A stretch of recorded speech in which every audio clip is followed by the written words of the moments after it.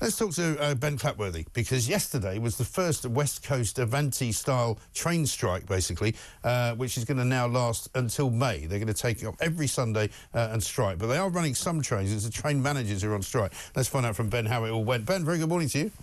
Good morning, Mike. So, how devastating was it? How easy or not was it to get up and down the West Coast line?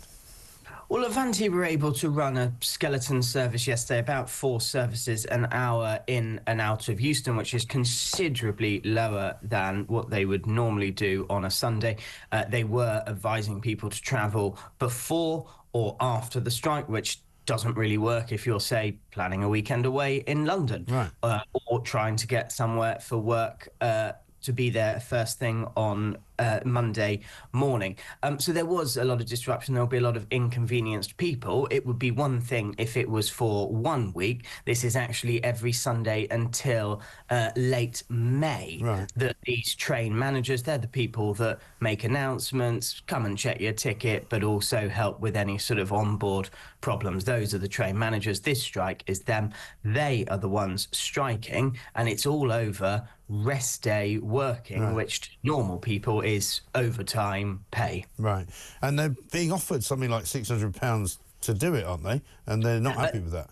So the train drivers at Avanti have been offered and accepted £600 already, which is an astronomical amount of money for a shift. The train managers, they've been offered £300 to work rest days at the weekends and £250, approximately, give or take here and there, to work rest days that fall during the week. This is because fundamentally there's not enough staff. The railways have historically always relied on overtime and goodwill agreements. It's been largely accepted. Most people on the railways work a 4-day shift pattern. It does vary from operator to operator, but rest day working was seen as an attractive way to earn more money. Well, they don't need to earn more money. I mean, that's the thing now. They don't need to earn more money because they're so well paid. They're quite happy just working 4 days a week.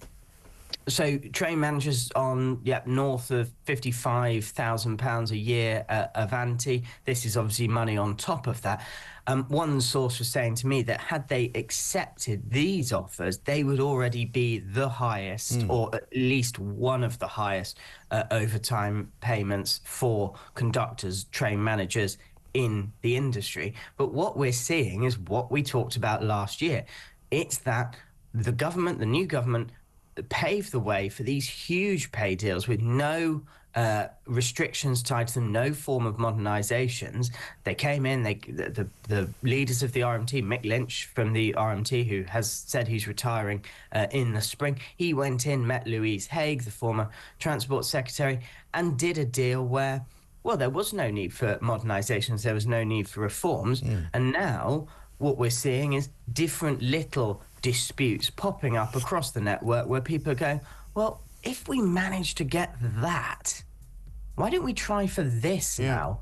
And seeing that they're claiming a victory in their strike action for the last 2 years up until last summer, was actually on the other side. People would say there wasn't a victory at all. It was just a new government that were more than happy to kowtow. Yeah, well, they just rolled over, basically. They didn't actually challenge them on anything. Absolutely right. Ben, good to talk to you. Thanks very much. We've got to run.